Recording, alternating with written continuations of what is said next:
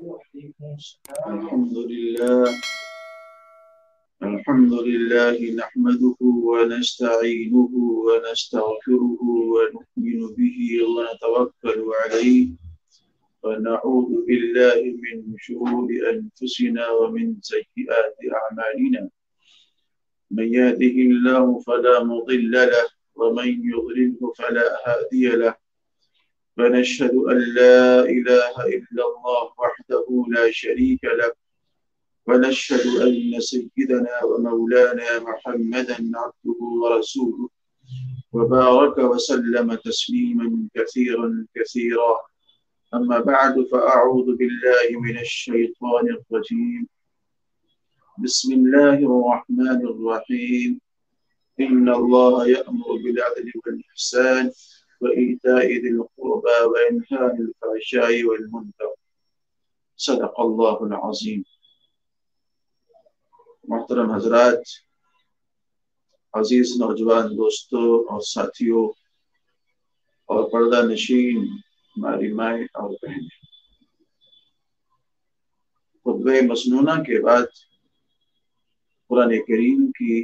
ایک بہت ہی آیت کریمہ، بہت ہی اہم آیت کریمہ تلاوت کی ہے۔ یہ آیت کریمہ اس معنی پر بھی بہت ہی اہمیت کی حامل ہے کہ بہت سارے خطبہ اور مقررین جمعے کے خطبات میں دوسرے خطبے میں اکثر و بیشتر اس آیت کریمہ کو پڑھتے ہیں، اس کی تلاوت کرتے ہیں۔ اور اس آیت کریمہ کے تعلق سے حضرت عبداللہ بن مسعود رضی اللہ تعالی عنہ ارشاد فرماتے ہیں کہ یہ آیت قرآن کریم کی جامع ترین آیت ہے۔ یہ آیت کریمہ ایک ایسی آیت ہے جو اپنے اندر بہت سارے مضامین کو محفوظ کیے ہوئے ہے اور سمیٹے ہوئے ہے۔ اللہ رب العزت نے اس آیت کریمہ میں ارشاد فرمایا ان اللہ یأمر بالعدل والاحسان، اللہ رب العزت تمہیں عدل کا اور احسان کا اور قریبوں رشتہ داروں کے ساتھ میں، اعزا اقربا کے ساتھ میں حسن سلوک کرنے کا اللہ تمہیں حکم دے رہا ہے۔ عدل کے معنی انصاف کے، اور اس کا جو اپوزٹ ہے اور جو مخالف ہے یہ ظلم ہے۔ ظلم اور عدل یہ دونوں ایک دوسرے کے خلاف استعمال ہوتے ہیں۔ عدل کہا جاتا ہے انصاف کو، انصاف کی بالادستی کو اور ایک دوسرے کے حقوق کی ادائیگی کو۔ عدل اس بات کا نام نہیں ہے کہ کسی انسان کو اس کے حق سے زیادہ دے دیا جائے یا اس کو اس کے حق سے کم دے دیا جائے، بلکہ عدل اس بات کا نام ہے کہ جس کا جتنا جو حق بنتا ہے اس کو اتنا حق دے دیا جائے اور اس شخص کو وہ حق مل جائے، اس کا نام ہے عدل۔ ان اللہ یأمر بالعدل والاحسان، اور اللہ تعالیٰ تمہیں احسان کا بھی حکم دیتا ہے۔ احسان کیا ہے؟ احسان یہ عدل سے اوپر ہے اور آگے ہے۔ عدل کا مطلب یہ تھا کہ آپ برابری کریں کسی کے ساتھ میں، لیکن احسان میں برابری نہیں ہوتا ہے، بلکہ اگر آپ کے ساتھ میں کوئی ناروا سلوک کر رہا ہے، کوئی ظلم کر رہا ہے، آپ کے ساتھ کوئی زیادتی کر رہا ہے، نہیں کہ آپ انتقام لیں اور بدلہ لیں، بلکہ احسان کا تقاضا یہ ہے کہ آپ اس کے ساتھ میں عفو کا، درگزر کا معاملہ کریں، اس کو معاف کر دیں۔ اسے احسان کہا جاتا ہے۔ ان اللہ یأمر بالعدل والاحسان وایتاء ذی القربى، احسان میں ایتاء ذی القربى کا مفہوم آ جاتا ہے، لیکن اللہ رب العزت نے اس کو الگ انداز میں بیان کیا، الگ سے بیان کیا، یہ باور کرانے کے لیے، یہ سمجھانے کے لیے کہ رشتہ داروں کے جو حقوق ہیں وہ بہت زیادہ ہیں۔ اس لیے رشتہ داروں کے، اعزا کے، اقربا کے، محبین کے، متعلقین کے جو حقوق وابستہ ہیں ان کے حقوق کو کما حقہ ادا کرنے کی کوشش کرنا چاہیے۔ آگے فرمایا وَيَنْهَى عَنِ الْفَحْشَاءِ وَالْمُنْكَرِ وَالْبَغْيِ، اور اللہ رب العزت نے 3 چیزوں سے منع کیا ہے۔ وَيَنْهَى عَنِ الْفَحْشَاء، فحشاء ان برائیوں کو کہا جاتا ہے جو جس کا برا ہونا ظاہر اور باہر ہے، سمجھ میں آتا ہے کہ ہاں یہ چیزیں واقعتاً بری ہیں، اور واقعی وہ اس انداز سے بری ہے کہ اس شریعت میں بھی اور دیگر شریعتوں کے اندر بھی بری تھی۔ زنا کرنا اس شریعت کے اندر بھی مذموم ہے اور سابقہ شریعتوں کے اندر بھی ناپسندیدہ تھا۔ چوری کرنا اس شریعت کے اندر بھی ناپسندیدہ ہے، دیگر شریعتوں کے اندر بھی ناپسندیدہ تھا۔ اور اسی طریقے سے بہت سے ایسے اعمال ہیں جو سابقہ شریعت کے اندر ناپسندیدہ تھے اور اس شریعت کے اندر بھی ناپسندیدہ ہیں۔ ان اعمال کو وَيَنْهَى عَنِ الْفَحْشَاءِ وَالْمُنْكَرِ، اس کو فحشا کہا جاتا ہے، اور منکرات ان اعمال کو کہا جاتا ہے جو اعمال اللہ رب العزت کے حقوق سے وابستہ ہے۔ نماز پڑھنا، روزے رکھنا، حج کرنا، زکوٰۃ دینا، یہ تمام اعمال ایسے ہیں جو اللہ تعالیٰ کے حقوق سے وابستہ ہیں۔ کوئی آدمی ان اعمال کو نہیں کرتا ہے، ترک کرتا ہے، تو گویا کہ وہ منکرات میں لگا ہوا ہے، وہ گناہ کر رہا ہے۔ اور اللہ رب العزت نے آگے فرمایا وَيَنْهَى عَنِ الْفَحْشَاءِ وَالْمُنْكَرِ وَالْبَغْيِ، اور اللہ رب العزت بغی سے، زیادتی سے، ناانصافی سے لوگوں کو روکتا ہے اور منع کرتا ہے۔ تو ناانصافی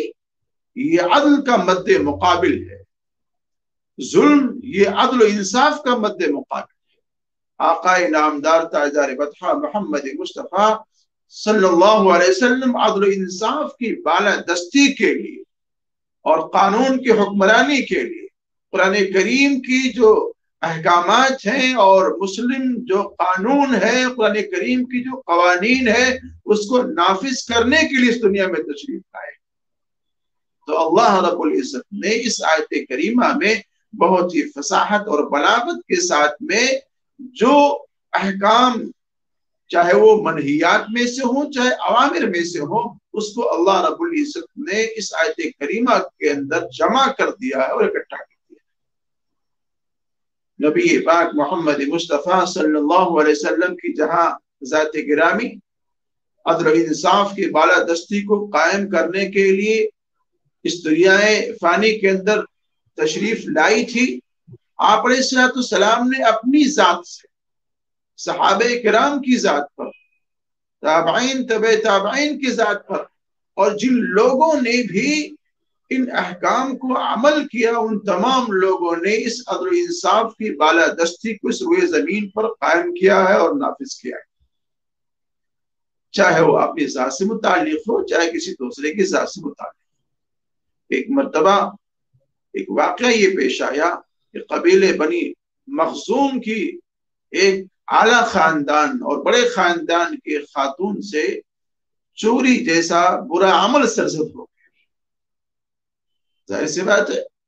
قرآن کریم کے جو احکام ہے اور نبی کی جو شریعت ہے، اس شریعت کے اندر یہ مسئلہ ہے کہ چور ہو چاہے چٹن ہو، اس کے ہاتھ کو کاٹا جائے گا۔ مسئلہ بڑے خاندان کا تھا، بڑے قبیلے کا تھا۔ تو لوگوں نے اسامہ بن زید رضی اللہ تعالی عنہ کے جو آپ کے لئے پالک ہیں، ان کو سفیر بنایا کہ آپ سے اللہ کے رسول کو بڑی محبت ہے، بڑا تعلق ہے، آپ ان کے پاس جائیں اور سفارش کر دیں۔ عین ممکن ہے کہ آپ کی سفارش کام آ جائے اور اس خاتون کا، اس عورت کا ہاتھ کٹتے کٹتے بچ جائے۔ اسامہ بن زید رضی اللہ تعالی عنہ گئے اور اللہ کے رسول سے جا کر کے عرض کیا کہ اللہ کے رسول، مسئلہ یہ ہے کہ وہ خاتون بڑے قبیلے کی ہیں، بڑے خاندان کی ہیں، اگر ان کا ہاتھ نہ کاٹا جائے تو زیادہ مناسب ہوگا اس سفارش کی۔ تو نبی علیہ السلام کے چہرے مبارک پر غصے کے آثار ظاہر ہوئے اور ایسا آپ غصہ ہوئے جیسے کہ آپ کے چہرے مبارک پر انار نچوڑ دیا گیا ہو، گویا کہ آپ کا چہرہ سرخ ہو گیا ہو۔ اور آپ علیہ السلام نے دو ٹوک انداز میں، صاف صاف انداز میں کہا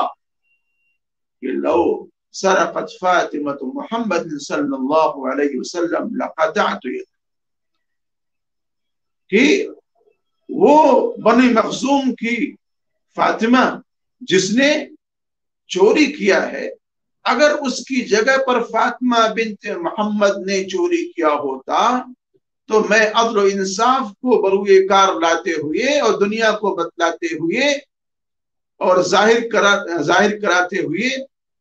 اپنی بیٹی کے بھی ہاتھ کو کاٹ لیتا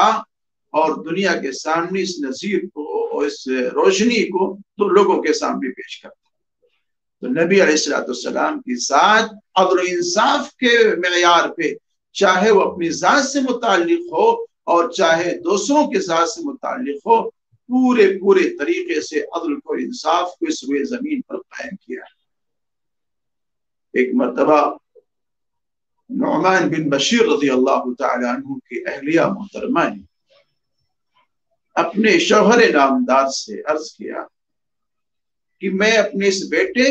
نعمان کو کچھ پراپرٹی، کچھ زمین الگ سے ہدیہ اور ہبہ کرنا چاہتی ہوں۔ تو والد محترم تیار نہیں ہو رہے تھے، بمشکل تیار ہوئے۔ تیار ہونے کے بعد صحابی رسول حضرت نعمان رضی اللہ تعالیٰ عنہ نے عرض کیا کہ ابو جان، آپ یہ پراپرٹی اور یہ زمین ہمیں ہدیہ کر رہے ہیں، میں چاہ رہا ہوں کہ اس معاملے پر جناب رسول اللہ صلی اللہ علیہ وسلم گواہ بن جائے۔ تو دونوں ماں باپ اپنے صاحبزادے کو، اپنے بیٹے کو جناب رسول اللہ صلی اللہ علیہ وسلم کی خدمت اقدس میں لے کر کے گئے اور جا کر کے عرض کیا کہ اللہ کے رسول، یہ میرا بیٹا نعمان، میں اپنی اس بیٹے کو کچھ زمین الگ سے ہدیہ کرنا چاہتا ہوں، دینا چاہتا ہوں۔ تو نبی علیہ السلام نے سوال کیا اور پوچھا کہ کیا آپ کے اور بچے ہیں، آپ کے اور بیٹے ہیں اور اولادیں ہیں؟ انہوں نے کہا اللہ کے رسول، میرے اور بیٹے ہیں اور بچے ہیں۔ آپ نے سوال کیا کہ کیا آپ نے ان بچوں کو بھی اسی طریقے سے ہدیہ دیا ہے اور زمین کا ٹکڑا ہبہ کیا ہے جیسے آپ نعمان کو دے رہے ہیں؟ انہوں نے کہا کہ نہیں ہے اللہ کے رسول، یہ معاملہ تو صرف نعمان کے ساتھ میں ہے اور اولادوں کے ساتھ میں نہیں ہے۔ تو آپ علیہ السلام نے ارشاد فرمایا کہ میں اس معاملے میں گواہ نہیں بنتا، اس لیے کہ نبی کسی ظلم اور تعدی کے معاملے میں گواہ نہیں ہوا کرتا، اور یہ معاملہ ظلم پر مبنی ہے، تعدی اور زیادتی پر مبنی ہے، اس لیے میں اس معاملے میں گواہ نہیں ہوں۔ نبی علیہ السلام نے صاف صاف لفظوں میں منع کر دیا کہ یہ معاملہ غلط ہے، یہ معاملہ غلط ہے، ایسا نہیں ہو سکتا، اور یہ ظلم ہے، سراسر ناانصافی ہے، اور میں ظلم اور ناانصافی کے اوپر گواہ نہیں بن سکتا۔ اس حدیث پاک کے ضمن میں اور اس واقعے کے ضمن میں ہم لوگوں کو سوچنا چاہیے کہ ہم لوگوں کا طریقہ اولاد کے ساتھ میں کیا ہے، اپنے بچوں کے ساتھ میں کیا ہے۔ کیا ہمارے گھروں کے اندر لڑکا اور لڑکی میں فرق نہیں ہوتا؟ کیا ہمارے گھروں کے اندر اولاد کے درمیان میں فرق اور تمیز نہیں ہوتا؟ کیا ہمارے گھروں کے اندر اولاد کے درمیان میں یہ فرق نہیں ہوتا ہے کہ کسی بچے کو کچھ دے رہے، کسی کو کچھ دے رہے ہیں؟ اور معاف کیجئے مجھے، جو ماں باپ اور جو والدین اس پروگرام کو سن رہے ہیں وہ معاف کریں، آج ہمارے گھروں کے اندر ایک بگاڑ کا سبب، گھروں میں اختلاف کا سبب، اور گھروں میں نزاع کا سبب، اور گھروں میں اور دلوں میں دوری کا سبب، ایک سب سے بڑی وجہ یہ بنتی جا رہی ہے کہ والدین اپنے اولاد کے درمیان میں ناانصافی کرتے ہیں، انصاف سے کام نہیں لیتے۔ کسی بچے کی طرف جھکاؤ ان کا زیادہ ہوتا ہے، کسی طرف کم ہوتا ہے، کسی سے لگاؤ زیادہ ہوتا ہے، کسی سے کم ہوتا ہے۔ یہ باتیں اولادیں محسوس کرتی ہیں، اور یہ باتیں اولاد اپنے اندر ابزرو کرتی ہیں، اور یہ ساری باتیں سوچ کر کے ان بچوں کو، ان لڑکوں کو ماں باپ کی نافرمانی کرنے پر یہ ساری باتیں آمادہ کرتی ہیں۔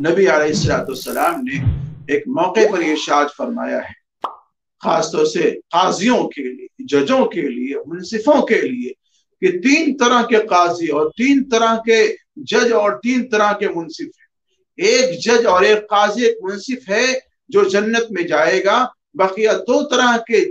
جج اور قاضی اور منصف یہ جہنم میں جائیں گے۔ جو جج اور قاضی اور منصف جنت میں جائے گا وہ ہے جو طرفین کے معاملات کو سن لے اور سننے کے بعد سمجھ لے اور سمجھنے کے بعد میں حق فیصلہ فرمائے، درست فیصلہ فرمائے۔ ایسا قاضی، ایسا منصف اور ایسا عادل اور ایسا جج جنت کے اندر داخل ہوگا۔ اور وہ قاضی اور وہ منصف جس نے طرفین کے معاملے کو تو سنا اور سمجھا بھی اور جانتا بھی ہے کہ کون حق پر ہے اور کون ناحق پر ہے، لیکن اس کے باوجود بھی وہ خلاف ورزی کرتے ہوئے اس شخص نے ترجیحی انداز میں کسی اور کے طرف اس کا جھکاؤ ہو گیا، رجحان ہو گیا، اور اس نے کسی اور کے مطابق فیصلہ کر دیا، چاہے رشوت کی بنیاد پر ہو، چاہے رشتہ داری کی بنیاد پر ہو، چاہے کسی دباؤ کی بنیاد پر ہو۔ اگر ایسا وہ شخص کرتا ہے، اس شخص کے بارے میں اللہ کے رسول نے فرمایا کہ وہ جہنم کے اندر جائے گا۔ اور وہ قاضی اور وہ منصف جو نااہل ہے، نا تجربے کار ہے، اس کے اندر صحیح اور غلط کی تمیز نہیں ہے، وہ جانتا ہی نہیں ہے کہ اچھا کیا ہے، برا کیا ہے، سچ کیا ہے اور جھوٹ کیا ہے، اور بغیر معاملے کو سنے ہوئے سمجھے ہوئے اس نے غلط فیصلہ کیا یا جیسے بھی فیصلہ کیا، وہ جج بننے کا اہل نہیں تھا، لیکن نااہل کو وہ ذمہ داری دے دی گئی ہے۔ ایسے شخص کے بارے میں بھی اللہ کے رسول نے فرمایا ہے کہ وہ آدمی بھی جہنم میں ڈالا جائے گا، جہنم میں داخل ہوگا۔ نبی علیہ السلام کے معمولات میں سے تھا کہ جب آپ کے سامنے کوئی قضیہ آتا تھا، کوئی معاملہ آتا تھا، تو آپ طرفین کو اپنے سامنے بٹھایا کرتے تھے اور اپنے سامنے بٹھا کر کے اس معاملے کو سنتے تھے، اور سننے کے بعد میں جو حق ہوتا تھا، جو درست ہوتا تھا، جو بہتر ہوتا تھا، آپ علیہ السلام اس کا فیصلہ فرمایا کرتے تھے۔ قرآن کریم میں ایک واقعہ بیان کیا گیا ہے، فَلَا وَرَبِّكَ لَا يُؤْمِنُونَ حَتَّى يُحَكِّمُوكَ فِي مَا شَجَرَ بَيْنَهُمْ۔ قرآن کریم میں اس آیت کریمہ میں ایک بہت ہی اہم واقعہ بیان کیا ہے، اور واقعہ ہمارے دیدوں کو اور ہمارے آنکھوں کو اور ہمارے کان کو کھولنے والا ہے اور ہمارے ضمیر کو بیدار کرنے والا ہے کہ آپ علیہ السلام کے یہاں اپنا اور پرایا اور مسلمان یا غیر مسلم، منافق اور یہودی، سارے کے سارے آپ علیہ السلام کے یہاں برابر ہوا کرتے تھے۔ وہاں تو صرف عدل کا مسئلہ ہوتا تھا، انصاف کا مسئلہ ہوا کرتا تھا۔ مسئلہ تھا ایک زمین کے ٹکڑے کا، ایک منافق اور ایک یہودی کے درمیان میں ایک نزاع تھا کہ یہ زمین کس کی ہے اور کس کی نہیں۔ منافق اسے کہا جاتا ہے کہ جو شخص بظاہر تو مسلمان ہو لیکن اس کے دل کے اندر کفر اور شرک چھپا ہوا ہو، ایسے شخص کو منافق کہا جاتا ہے۔ زمین جو تھی وہ یہودی کی تھی۔ نبی علیہ السلام کے سامنے مقدمہ پیش ہوا، گویا کہ سپریم کورٹ میں ڈائریکٹ مقدمہ چلا گیا ہے۔ آپ علیہ السلام نے مقدمے کو سنا، یہودی نے اپنے دلائل پیش کیے اور اس منافق نے بھی اپنے دلائل پیش کیے۔ دلائل کی روشنی میں اور ثوابدید کے اعتبار سے جو حق تھا، نبی علیہ السلام نے صاحب حق کو دے دیا اور یہ فیصلہ فرما دیا کہ بھئی یہ زمین اس یہودی کی ہے اور اس یہودی کو یہ زمین دے دینی چاہیے۔ وہ یہودی خوش ہو گیا، لیکن وہ منافق جو اپنے آپ کو بظاہر مسلمان کہتا تھا اور سمجھتا تھا اور باور کراتا تھا، وہ آپ علیہ السلام کے اس فیصلے پر ناخوش تھا۔ آپ کے فیصلے کو اس نے ناپسند کیا۔ اس نے اس یہودی سے کہا کہ بھئی یہ مسئلہ جو مقدمہ فیصل ہوا ہے یہاں پر، مجھے اس پہ تشفی نہیں ہے۔ اس مقدمے کو تو ہم سیدنا عمر بن خطاب رضی اللہ تعالیٰ عنہ کے کورٹ میں اور ان کے پاس لے جانا چاہتے ہیں۔ اس یہودی نے کہا کوئی بات نہیں، اگر آپ وہاں اس مقدمے کو لے جانا چاہتے ہیں تو آپ اس مقدمے کو وہاں لے جائیں، مجھے تو بصر و چشم قبول ہے، آپ جہاں بھی جائیں۔ یہ مقدمہ گویا کی سپریم کورٹ سے لوور کورٹ کی طرف آ گیا اور سیدنا عمر بن خطاب رضی اللہ تعالی عنہ کی طرف یہ معاملہ پہنچا، اور جب ان کے سامنے یہ معاملہ پہنچا تو انہوں نے تعجب کیا اور حیرت کا اظہار کیا کہ بھئی جب اللہ کے رسول موجود ہیں، آپ کی موجودگی میں عمر بن خطاب کی یہ کہاں حیثیت ہو سکتی ہے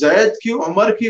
بکر کی، لیکن وہاں تو تقویٰ حضرت کے سامنے دامن گیر تھا، عدل و انصاف کو بروئے کار لانا تھا، دنیا کو یہ بتلانا تھا کہ نہیں، مذہب اسلام کے اندر عدل و انصاف ہے، اور بانی اسلام نے عدل و انصاف کو اس دنیا پر، اس دھرتی پر قائم کیا اور نافذ کیا ہے، اور ہم لوگ اس کے رہبر ہیں، ہم لوگ ان کے نمائندہ ہیں، اور ہم لوگ ان کے نقالی کرنے والے ہیں، ان کی باتوں کو لوگوں کے سامنے پیش کرنے والے ہیں۔ تو اس وقت جج نے جو بات کہی تھی، یہ بات کہی تھی اور ایک کوٹ کیا تھا کہ آج اسلام جیت گیا اور مسلمان ہار گئے۔ گویا کہ اسلام کا جو شعار ہے وہ عدل و انصاف والا شعار ہے، اور مسلمان کہیں نہ کہیں اس سے پچھڑا ہوا ہے، اس سے دور ہوتا جا رہا ہے۔ تو میرے عزیزو، چاہے اپنا مسئلہ ہو یا کسی غیر کا مسئلہ ہو، وہاں ہمیں انصاف کرنا چاہیے، اور ایمان کا مطلب ہی یہی، ایمان کا مطلب یہی ہے، اور مومن کا مطلب ہی یہی ہے کہ آپ کی ذات سے ہر کوئی معمون ہو، چاہے وہ سکھ ہو، چاہے عیسائی ہو، چاہے کرسچن ہو، چاہے یہودی ہو، چاہے ہمارے برادران وطن ہو، آپ کے کسی بھی عمل سے انہیں کوئی خوف و خطر نہ ہو، کسی طرح کا انہیں کوئی ڈر نہ ہو، آپ کی ذات سے کوئی بھے نہ ہو۔ آپ کا رول تو ایسا ہونا چاہیے، اور آپ کا مزاج اور آپ کی طبیعت اس طرح سے ہونی چاہیے، ذات پات کے اندر بھی میانہ روی ہونی چاہیے، عدل و انصاف ہونا چاہیے۔ لا فضل لعربین علی عجمین، کسی کالے کو گورے پر اور کسی بڑی ذات کو چھوٹی ذات پر کوئی فضیلت نہیں ہے۔ فضیلت اگر کسی اعتبار سے کسی کو حاصل ہے، تقوی کی بنیاد پر ہے، للہیت کی بنیاد پر ہے۔ تو یہ ساری چیزیں ہیں جو ہماری زندگی کے اندر آنی چاہیے، اور ہماری زندگی کے اندر اس کو شامل ہونا چاہیے۔ اللہ تعالیٰ ہم تمام لوگوں کو پہلے سننے سے زیادہ عمل کرنے کی توفیق بخشے۔ یا زندہ صحبت باقی ہوا، توفیق الا باللہ، وآخر دعوانا الحمدللہ رب العالمین۔ السلام علیکم ورحمۃ اللہ وبرکاتہ۔ ناظرین کرام، اردو مضامین اور خبروں کے لیے ہماری ویب سائٹ www.lajnatulmuallifin.com پر ضرور وزٹ کیجیے۔ اگر آپ کو ہمارا کام پسند آ رہا ہے تو ہمیں سپورٹ کرنے کے لیے ہمارے YouTube channel Lajna T V کو ضرور سبسکرائب کریں۔ جزاکم اللہ احسن الجزا۔